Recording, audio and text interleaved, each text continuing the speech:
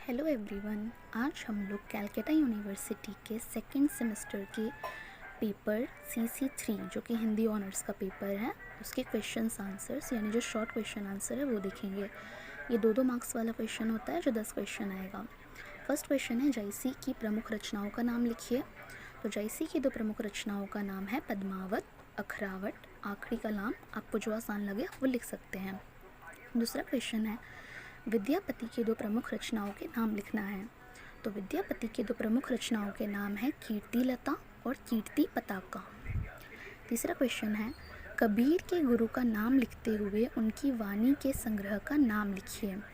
तो कबीर जी के गुरु का नाम संत रामानंद था। इनकी वाणी संग्रह का नाम बीजक है। सूरदास के गुरु कौन थे? सूरदास की किसी एक रचना का नाम लिखिए। तो सूरदास के गुरु का नाम श्री वल्लभाचार्य था और सूरदास की रचना का नाम सूरसागर है। ये सारे क्वेश्चंस बहुत इंपॉर्टेंट हैं। पांचवा क्वेश्चन है कवितावली किसकी रचना है, उसकी भाषा क्या है? तो कवितावली के रचनाकार गोस्वामी तुलसीदास हैं और कवितावली की भाषा ब्रज है, अवधि नहीं है। यहाँ पर गलत हो गया है, कवितावली की भाषा ब्रज है, आप ये लिखिएगा। इसके बाद रसखान की किन्हीं दो रचनाओं के नाम लिखिए। रसखान की दो रचनाओं का नाम है सुजान रसखान और प्रेम वाटिका। मीरा किस काल की कवित्री है, उनकी काव्य भाषा क्या है? मीरा भक्ति काल की मीराबाई भक्ति काल की कृष्ण भक्ति काव्य धारा की कवित्री थी। मीराबाई की काव्य भाषा में राजस्थानी, ब्रज और गुजराती का मिश्रण दिखाई देता है। ये सारे क्वेश्चंस बहुत इंपॉर्टेंट है, आप अच्छे से इसको याद कर लीजिए।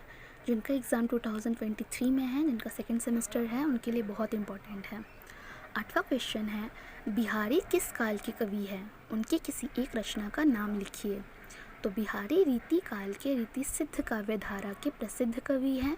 इनकी सर्वाधिक प्रसिद्ध रचना का नाम बिहारी सतसई है। नवा क्वेश्चन है घनानंद किस काव्य धारा के कवि हैं, उनकी किसी एक प्रमुख रचना का नाम लिखिए। तो घनानंद रीति काल के रीति मुक्त काव्य धारा के कवि है। उनकी सर्वाधिक लोकप्रिय रचना का नाम सुजान सागर है।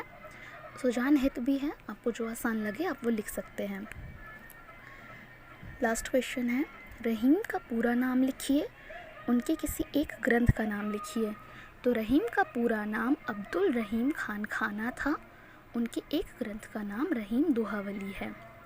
अब मैं आपसे लास्ट में क्वेश्चन पूछ रही हूँ, इसी से रिलेटेड है, इसका आंसर आपको कमेंट में लिखना है। तो आपको बताना है मलिक मोहम्मद जैसी की किसी भी एक रचना का नाम, आप किसी भी एक रचना का नाम लिख सकते हैं।